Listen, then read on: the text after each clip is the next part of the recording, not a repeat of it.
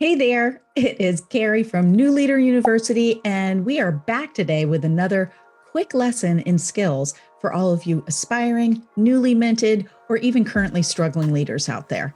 Today, we are going to be digging into the basics of problem solving.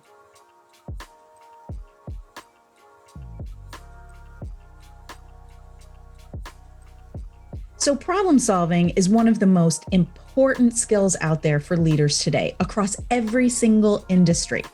I mean, Harvard Business Review even ranked this skill as the third most important skill out of 16 required skills for leaders that are indicators for longevity in their career as well as success. With it being a top 3 skill, you certainly don't want to just be trying until you get it right. You really want to nail this skill. So that's why we're digging into it today. Let's face it, when times get tough and issues start to pop up, everyone turns to who they believe is a leader or who is designated as their leader in order to help them guide them through those issues. Leaders of communities, of families, of friend groups, of workspaces, of industries, all get turned to when times get tough. No leader can afford to be timid or apprehensive when those moments arise. That's why today we're going to teach you how to face those pressures with more confidence and be able to solve problems just like the best leaders out there.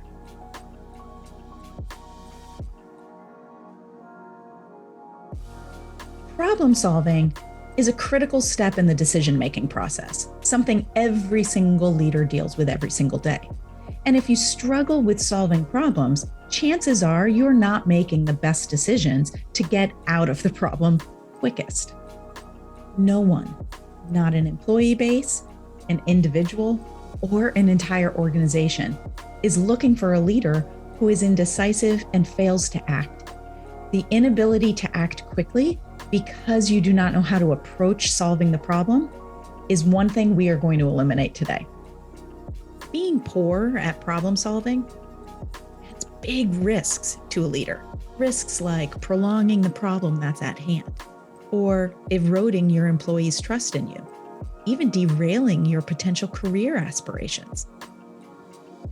Being weak at problem solving can impact your supervisor's confidence in your ability to resolve an issue, as well as repeated failures can ultimately impact their assessment of your overall potential. So in this lesson, what we're going to do is we're going to go through the 5 basic steps of solving a problem, as well as I'm going to give you 9 different proven approaches to problem solving that is going to help you get to the problem solution quicker. So when a problem pops up, how do you react? How do you approach solving it? What is stopping you from actually getting to the solution to the problem fast? We're going to tackle a very quick roadmap with 5 simple steps to help you feel confident whenever those surprise problems pop up. Number 1, you're going to want to actually identify the problem, not just the symptoms. It sounds very simple, but trust me, a lot of leaders make the mistake of band-aiding a symptom instead of solving a problem. So really dig in, find the fact, find the root, and see what your problem actually is. Identify it and put it on the wall. Number 2, you're going to break it down into its parts. A lot of problems come during a process, and every process has a lot of moving parts. Making sure you know exactly where the problem is coming from and what the problem is stemming from is really important. The 3rd step, which also seems very simple, is you're just going to brainstorm a ton of possible solutions. I'm talking a lot of them. Everything from the most simple, most basic, to possibly the most complex. You really want to put everything out there. This is the time when you work with your team. You work with your team to gather their input. Ask them what they think would solve the problem. Make a list. Have that list be huge. It's okay. You don't want to get to the solution without really seeing a full picture of all of your options. This is that step. The 4th step is really to analyze and ask questions about all of those options. And when I say analyze, I mean really analyze. Is it feasible? Is it possible? Is it something that's attainable with the current resources that you and your team have? Do you have the resources, and do your team members actually have the skills to help make that happen? This is another very important step, so you can ask questions and really narrow down your list to possibly your top 3 options that could work for solving your issue. The 5th step is, again, another very easy step, but you want to choose your action and act. This entire 5-step process should happen fast. Once you take action and start to implement your solution, you're going to observe, you're going to analyze again, you're going to ask questions. Now, sure, there's a lot of ways that you can see whether or not your solution is working, but only looking at it from your perspective may not be the smartest way to analyze if a solution is correct or not. The farther away you are from the actual corrective action, the harder it is for you to see whether or not it is effective. This 5th step is really a few little micro steps, but you're going to take action with your solution. You're going to analyze it and analyze it from more than just your perspective. And you're going to iterate, which means you're going to make slight changes to see if you get a more effective result. And the team is able to give you feedback that says you truly are impacting the problem at hand. These 5 simple steps to problem solving will take you through many, many issues when they pop up in front of you.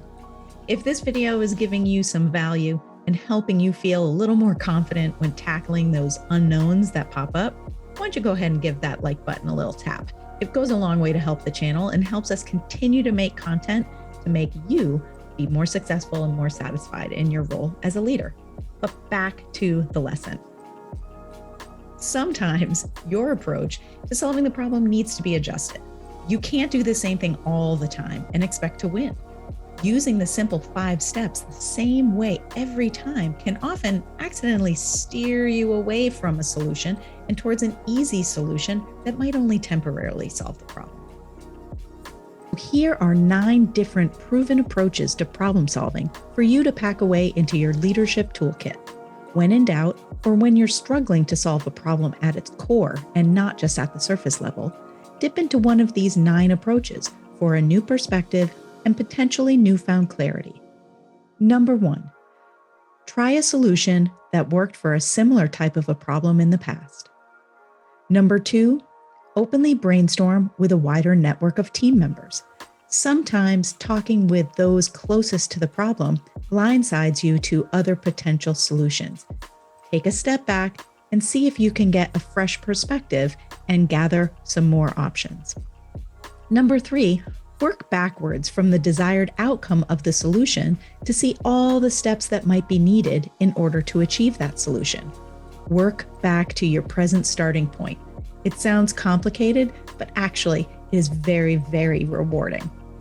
Number 4 is to use the Kipling method, which in short is what, why, when, how, where, and who.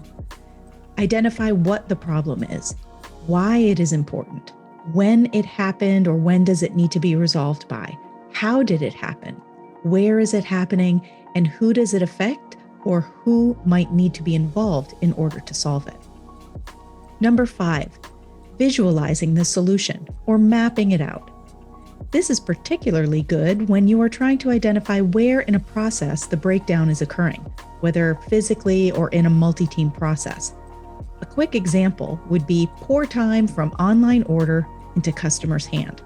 There could be 10 different touch points that impact how quickly an item arrives to the customer. Mapping it out can help you see exactly where the lag is occurring, rather than making assumptions or snap judgments that it's your shipping department or even a courier issue. Number 6 is trial and error, and this is really truly an approach that only works when time permits. This is also a great approach to take when helping to involve team members or teaching the problem-solving skill to your direct reports. Number 7 is sleeping on it.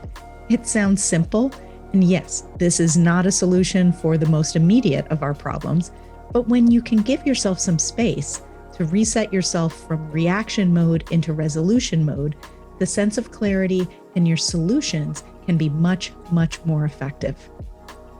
Number 8 is reaching out to a peer for advice.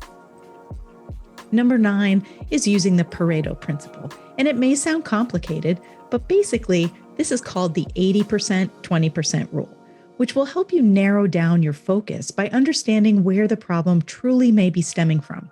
As an example, you may only have 20% of your sales team producing 80% of your results. When the sales are lagging, the first place you should go is that top 20%. Now for a quick review. Understanding how to solve problems is one of the most highly sought after leadership skills, because with less staff today, less oversight, and far less room for error, a leader needs to be able to quickly assess and resolve issues on their own. Also, being able to showcase this skill, articulate examples when you're interviewing, as well as recognizing and building a toolkit of successful methodology through your experience, can be the difference between just getting that job and being very successful in it. All right, that is it. We are all done. Thank you guys so much for watching all the way through. Hope that this was helpful.